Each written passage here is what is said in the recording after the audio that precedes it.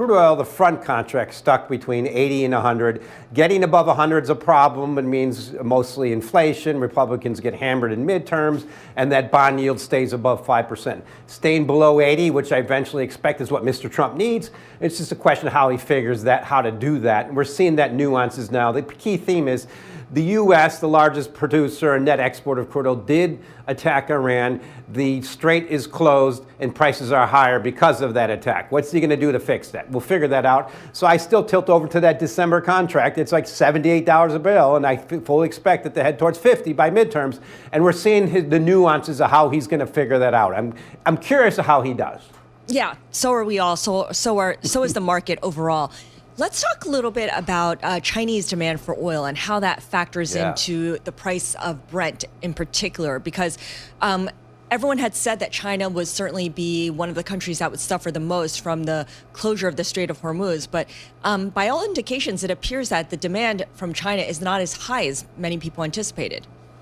Well, Scarlett, I really appreciate you going there. Our colleague Javier Blas, based in London, one of my favorite strategists and commas, pointed out the demand from China has been declining. They've been averaging imports around 11 million barrels a day for a number of years. It's been flatlined. It's really dropped recently, partly because they filled up their strategic petroleum reserve last year, and now they're potentially utilizing some of that. But what they're doing is accelerating that process of technology replacing fossil fuels.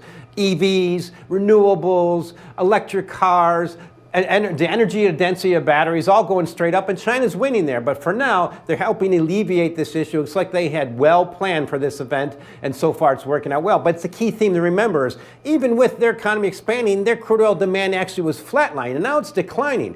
That's the problem with crude oil. The U.S. used to be the largest importer. Now it's China, and China's imports have probably declined. So I fully expect that crude oil price to continue to drift lower as we get through this crisis. Mike, your world of commodities, you cover everything from soybeans to Bitcoin. What are you working on these days? What are the conversations you're having these days?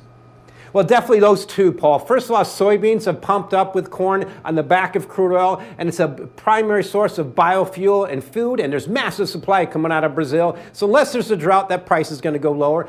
And Bitcoin, to me, is my best leading indicator for all risk assets. It's down almost 20% on the year. It was up 10% in the beginning of the year. And I think that's an indication of what's going to happen for risk assets. And the stock market follows Bitcoin. That means everything goes lower. But there's a key problem with Bitcoin. It's a way oversupplied entity. There's massive supply of cryptocurrencies. It looked like a pretty good peak. And I think it's still going to head lower. And it could lead the way for post-inflation deflation. And of course, no conversation with Mike McGlone would be complete without any mention of gold, which is, just kind of been, I wouldn't say struggling, but hasn't done a whole lot, even as the stock market has recovered dramatically since late March. The fact of gold is right now, I mentioned that long bond yield around 5%. The price of gold, as of now, is about the highest versus a basket of U.S. Treasuries, most notably long bonds, since 1982. So gold just got way too expensive versus that yield going up. People look over and say, yeah, well, forget that rock. Maybe I'll buy U.S. Treasury bonds. So to me, gold put in a high, along with silver this year, that might last for decades. It's probably going to be range bound for 10 years, maybe around 3,500 on the bottom. It could reach a new high, but I think it's stuck in a range for a long time.